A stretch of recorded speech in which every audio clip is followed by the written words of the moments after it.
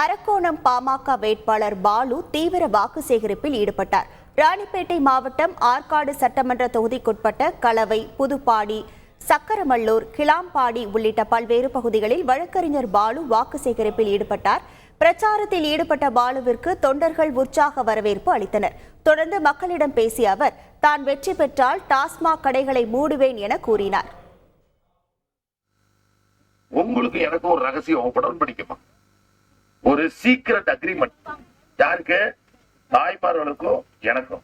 என்னன்னா, இந்த தேர்தலில் நீங்கள் என்னை நாடாளுமன்ற உறுப்பினராக வாக்களித்து என்னை வெற்றி பெற செய்தால் அத ரகசியமா நீங்க செய்யணும். உங்க அண்ணன், தம்பி, மாமன், மச்சான் கூட சொல்லக்கூடாது.